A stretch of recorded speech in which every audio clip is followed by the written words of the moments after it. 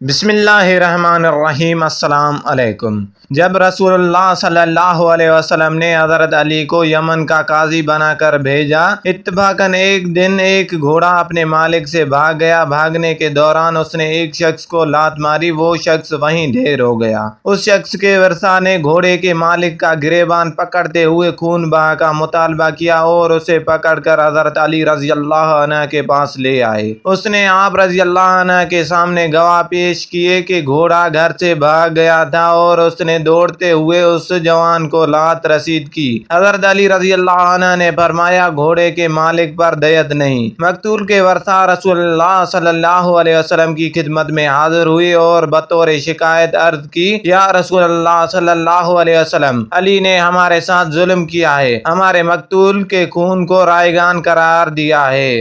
رسول اللہ صلی اللہ علیہ وسلم نے فرمایا، علی ظالم نہیں ہے اور علی ظلم کرنے کے لیے پیدا ہی نہیں ہوا۔ میرا بھی وہی فیصلہ ہے جو علی رضی اللہ عنہ کا ہے۔ جب اہل یمن نے رسول اللہ صلی اللہ علیہ وسلم سے علی کے بارے میں یہ فرمان ذیشان سنا تو عرض کرنے لگے، یا رسول اللہ صلی اللہ علیہ وسلم، ہم علی رضی اللہ عنہ کے فیصلے پر راضی ہیں اور ان کی بات کو دل و جان سے پسند کرتے ہیں۔ آپ صلی اللہ علیہ وسلم نے فرمایا، تمہارا اس فیصلے پر راضی ہونا تمہاری توبہ ہے۔ دوستو، یہ تھی ہماری آج کی ویڈیو۔ آپ کو کیسے لگی اپنی رائے سے ضرور آگاہ کیجیے اور اگر پسند آئی ہے تو اسے لائک اور شیئر ضرور کریں۔ انشاءاللہ ہماری ملاقات اگلی ویڈیو میں ہوگی، تب تک کے لیے اجازت دیجیے۔ اللہ حافظ۔